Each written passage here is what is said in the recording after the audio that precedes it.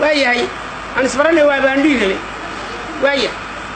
qoladii gurmad qaran yaaniyo fariin u haya bisadan ma u jeedaa bisadani waa rajo hooyadeed waxay ku dhimatay qaraxii Soobe hotel la yiraahdo safari aanu ma aqaan meesha ku yaal bay u qaraab tagtay tan ay wax doontay meesha ku dhimatay bisad miyaa hadaba sheekh nuur gur xambaaruud iyo qoladii gurmad qaran dadkan bay wax siinayeen bisadan ee waxay u keen anu in badan baan hayniyo arool ban store bay iga rabtaa mana shaqeeyo ageen ka keenaya sheekh nuur gur xambaaruud waxaan leeyahay bisadan hooyadeed waxay ku dhimatay qaraxii Soobe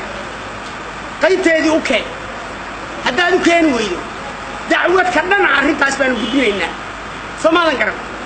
marka waxa weeye bisadan Maryama la yiraahdo Maryamo hooyadeed qaraxii Soobe ku dhimatay weli way qaafisaa shaki baa ku halow suuq garaa ilaa shalay way hadlaysay oo tabsadahay ku